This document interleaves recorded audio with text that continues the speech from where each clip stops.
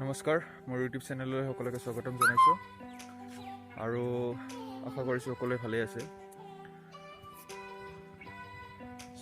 আজি মই চেগুনবাৰীলৈ আহিছোঁ আৰু চেগুনবাৰীত কাম চলি আছে। কি কাম কৰি আছোঁ সেইখিনি চাবলৈ ভিডিঅ'টো সকলোকে চাই থাকিব। ভিডিঅ'টো আৰম্ভ কৰোঁ। ফাৰ্ষ্ট যিবিলাক গছ মৰি গৈছিলে সেইবিলাক কাটি দিয়া হৈছে কিছুমান, আৰু কিছুমান উঠাই দি তাত নতুনকৈ পুলি লগোৱা হৈছে। চাব পাৰে ইয়াত এটা লগোৱা হৈছে বুলি।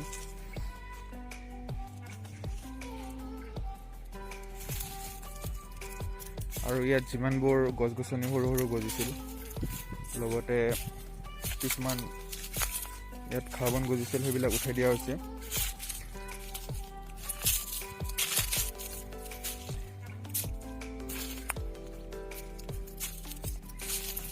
আৰু যিবিলাক গছ মৰি গৈছিলে ইয়াতে বহুত কাটি দিয়া হৈছে।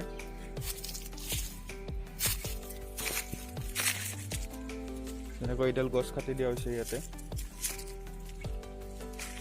ইয়াত নতুনকৈ গছ পুলি ৰোৱা হৈছে। এতিয়ালৈকে গজালি অহা নাই। এডালত আহিছে, অহা নাই গজালি, এইবিলাক বোনহে গজিছে। বৰষুণৰ অভাৱত গজালি দিব পৰা নাই গছবিলাকে। ইমান দিন হ'ল বৰষুণ হোৱা নাই, চাৰিওফাল শুকাই আছে। যেতিয়া বৰষুণ আহিব তেতিয়া সকলোবিলাকে গজালি দিব নতুনকৈ। আৰু আজি হৈছে যিবিলাক চেগুনত নতুনকৈ ডাল আহিছিল সেই ডালবিলাক কাটি থকা হৈছে, কাৰণ এই সৰু সৰু ডালবিলাক এসময়ত বহুত ডাঙৰ হৈ যাব।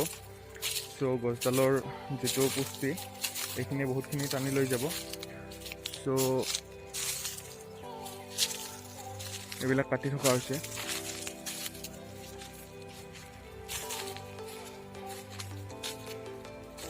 এডাল চাব পাৰে, এডালে গজালি দিছে।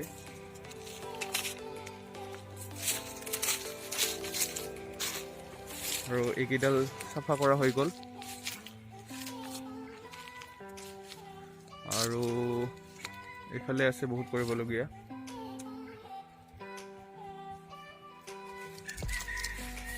এতিয়া মই তললৈ গৈ আছোঁ।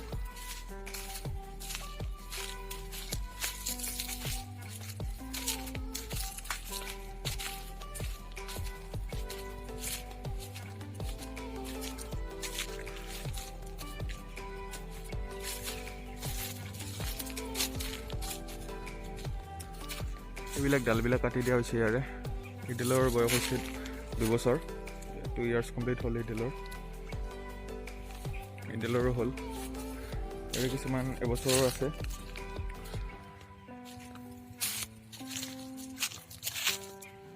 এইবিলাক কাটি দিয়া হৈছে। ইয়াতে এডাল পুলি ৰোৱা হৈছে।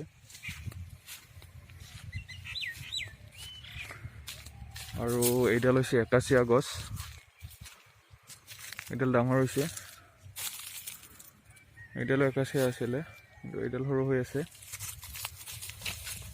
ইয়াত এডাল মৰিছে একাচিয়া। ইয়াত এডাল ৰুব লাগিব নতুনকৈ। এইফালে এইডালো মৰিছে চাগে, ইয়াতো নতুন এডাল ৰুব লাগিব।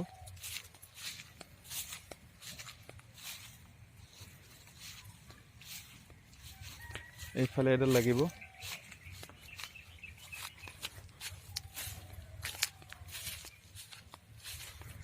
বাৰীখন যিমান পাৰে আপোনালোকে চাফা কৰি ৰখাৰ চেষ্টা কৰক। লগতে যিবিলাক নতুনকৈ ডাল আহে সেইবিলাক কাটি পেলাওক। আৰু চাব, যিডাল গছ মৰি গৈছে ওপৰৰ ফালটো, কিন্তু তলৰ ফালে ইয়াৰ জিপটো আছে, তেতিয়া সেইডাল কাটি দিলে হ'ব। আৰু যিডাল তললৈকে মৰি গৈছে নতুনকৈ এডাল পুলি লগাই দিয়ক।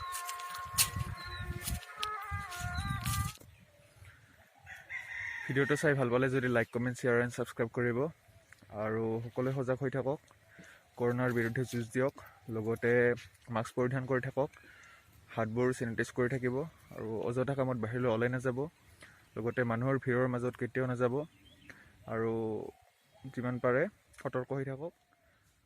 Thank U.